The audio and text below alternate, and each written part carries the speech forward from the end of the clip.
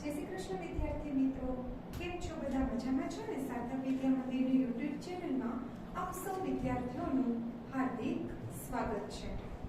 આગળ આપણે સત્રની શરૂઆત તો કરી દીધી છે। દ્વિતીય સત્રની અંદર પહેલા વિડિયોની અંદર આપણે કાવ્ય કવિ પરિચય જોયો, ત્યારબાદ કાવ્યનું શ્રવણ સુંદર મજાના સંગીત સાથે આપણે કર્યું। આજે આપણે કાવ્યની સમજૂતી મેળવીશું।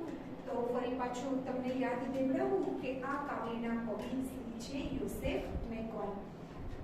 આ કાવ્યમાં ઉઘડતા પ્રભાત વેલાના કુદરતી વાતાવરણનું અસરકારક નિરૂપણ કરવામાં આવ્યું છે। ઉઘડતું વાતાવરણ એટલે કે હજી સવાર પડી જ હોય, સૂર્યના કિરણો છે એ ધરતી ઉપર એ પોતાનો પ્રકાશ ધીરે ધીરે પાથરતા હોય છે અને એના કારણે જીવન ઉપર કેવી અસર થાય છે તે અહીં આપણને દર્શાવવામાં આવેલું છે। કવિએ કુદરતની સુંદરતા અને તાજગીનો અનુભવ આપણા સુધી પહોંચાડવાનો પ્રયત્ન કર્યો છે। આ કાવ્ય છે એક ઉર્મી ગીત છે। ઉર્મી આપણા હૃદય સુધી આ કાવ્ય કેવી રીતના પહોંચે એ કવિએ ખૂબ જ સુંદર રીતના આ કવિએ કુદરતની સુંદરતાનું દર્શન આપણને કાવ્ય દ્વારા કરાવ્યું છે। હવે તાજગીનો અનુભવ, સવારમાં ઉઠતાની સાથે જ આપણાની અંદર જે તાજગી હોય છે તેવી જ તાજગીનો અનુભવ કવિએ આ કાવ્યની અંદર આપણને કરાવ્યો છે।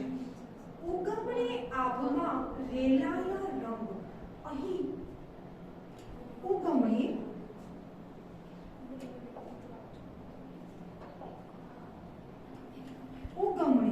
એટલે કે જે દિશા તરફથી સૂર્ય ઉગે છે, સૂર્યની ઉગવાની દિશા એટલે એને ઉગમણે કહેવામાં આવે છે। આભમાં રેલાયા રંગ એટલે જે દિશામાં સૂર્ય ઉગે છે ત્યાં આભમાં અલગ અલગ પ્રકારના રંગો રેલાય છે। રેલાય એટલે કે પ્રસરે છે, રંગો પ્રસરે છે। ચરણોમાં ચાલવાનો ઉછળે ઉમંગ, ચરણ એટલે કે પગ, પગ છે એની અંદર ચાલવાનું એટલે સવાર પડતાની સાથે આપણે બધા જ આપણા કામમાં જે પ્રવૃત્તિમય થઈ જઈએ છીએ એમ આપણા પગની અંદર કામ કરવાનો એક પ્રકારનો ઉછળે ઉમંગ, ઉમંગ એટલે કે જોશ। આપણા શરીરની અંદર જે ઉમંગ છે, જોશ છે એ સવાર પડતા ચાલુ થઈ જાય છે। પંખીની પાંખમાં નાનકડી ચાંચમાં, સવારમાં પક્ષીઓ છે એ પોતાનો માળો છોડી અને એ પોતે પોતાના દાણા ચણવા માટે નીકળી પડે છે। જેમ આપણે મનુષ્યો સવાર ઉઠતાની સાથે જ આપણે અલગ અલગ પ્રકારની પ્રવૃત્તિઓ કરીએ છીએ આપણા જે સમયની, એ મુજબ પક્ષીઓ પણ સવાર પડતાની સાથે જ એક કલસોર વાતાવરણમાં સંભળાય છે પક્ષીઓનો, અને તે પક્ષીઓ છે એ પોતે ચાંચમાં દાણા ચણવા માટે જાય છે। તેની નાનકડી ચાંચમાં તેઓ દાણા ચણવા જાય છે। લહેરે છે વગડાની ઝરણાના ગાન, લહેર, લહેર એટલે કે પવન અને વગડો એટલે કે વન, જંગલ। ઝરણું તમને બધાને ખબર જ છે, ઝરણું એટલે કે પર્વતમાંથી જે ખડખડ વહેતું હોય એ ઝરણાનો જે મીઠો અવાજ છે। ગાન એટલે કે તેનું ગીત, અવાજ। આમ આ ગાન અને ગીત છે એ આપણે ઝરણાનો કલસોર સંભળાઈ રહ્યો છે। ચોપાસે પહાડ, ચોપાસ એટલે કે ચારે બાજુ, પહાડ એટલે કે પર્વતો, નદી ઉઘડે મેદાન, ચોપાસે પહાડ, નદી અને મેદાન ચારે બાજુ સવાર પડતા દેખાઈ રહ્યા છે।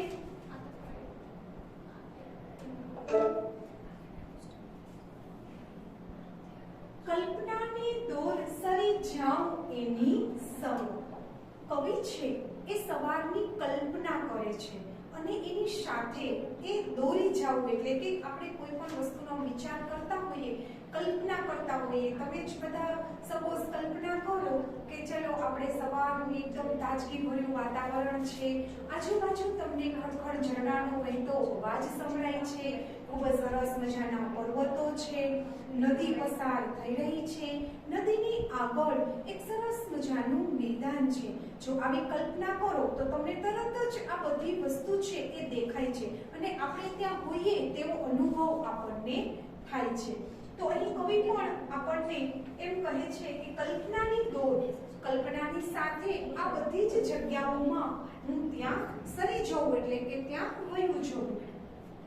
ચરણોમાં ચાલવાનો ઉછળે ઉમંગ, દૂર અને પાસમાં લીલેરા ઘાસમાં. દૂર એટલે કે ખૂબ જ દૂર, પાસ એટલે કે નજીક. પાસ એટલે શું થાય? નજીક. તો લીલેરા ઘાસમાં, લીલા સુંદર મજાનું પૃથ્વી ઉપર ઘાસ પથરાયેલું છે. ધરતીની મહેક પીતો વાયુ ચકચુર. વાયુ એટલે શું થાય? વાયુ એટલે પવન. અને ચકચુર એટલે કે ખૂબ જ તેની અંદર આતુર થઈ જવું, એકદમ સરસ મજાની સુગંધ ધરતી ઉપરથી પસાર થાય છે એ વાયુની. મહેક એટલે કે સુગંધ. તો ધરતીની સુગંધ છે એ વાયુ છે એટલે કે પવન છે એ જાણે ચકચુર થઈ ગયો, જાતનો નશો. ચકચુર એટલે કે આપણે કોઈ પણ કવિતા સાંભળવામાં ચકચુર થઈ જઈએ એટલે એના નશામાં આપણે ખોવાઈ જઈએ છીએ.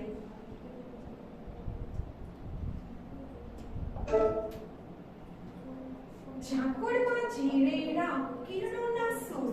સવારની અંદર જ્યારે ઝાકળ પડે છે એ ઝાકળમાં પણ એક કિરણ, જ્યારે સૂર્યનું કિરણો એ ઝાકળ ઉપર પડે છે ત્યારે એ કિરણો કેવું સુંદર મજાનું લાગે છે અને એક સૂર લહેરાતો હોય તેવું લાગે છે.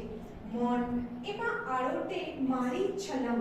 આપણું મન છે આ કુદરતની આવી સુંદર દ્રશ્યોની અંદર આળોટે છે. આળોટવું એટલે કે તેમાં રમવું.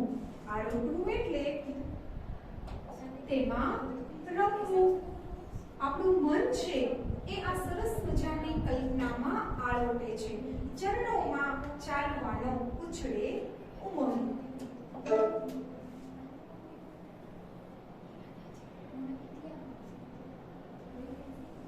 હવે આપણે કવિતાની સમજૂતી મેળવ્યા બાદ શબ્દની સમજૂતી મેળવીશું.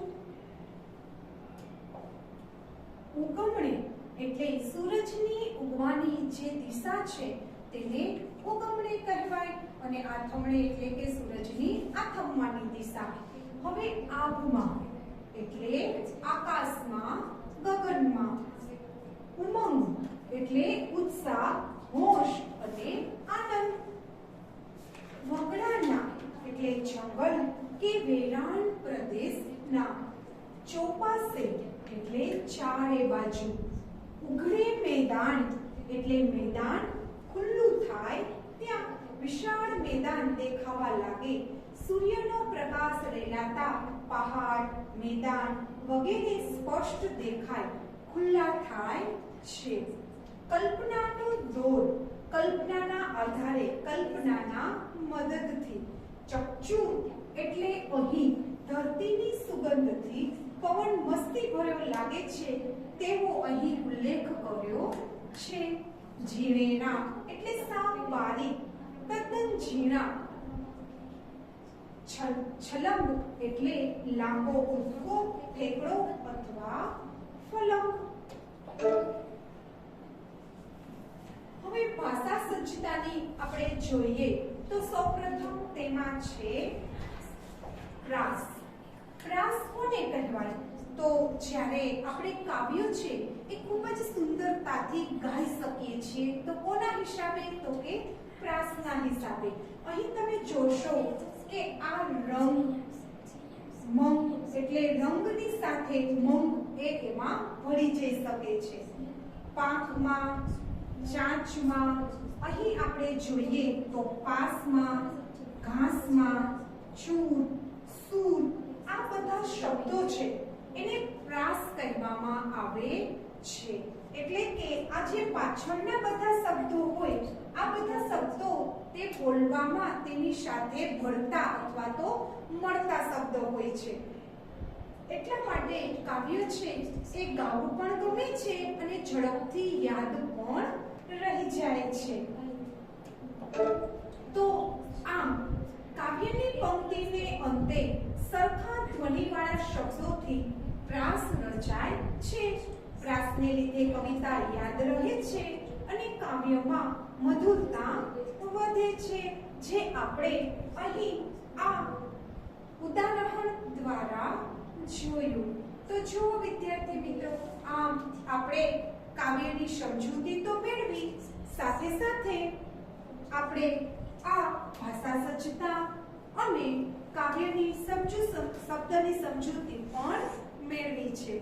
તો આજનો આપણો આ વિડિયો પૂર્ણ થયો. ઘરે તમારે બધાએ જે શબ્દ સમજૂતી છે એ તમારે વાંચવાની છે. જય શ્રી કૃષ્ણ.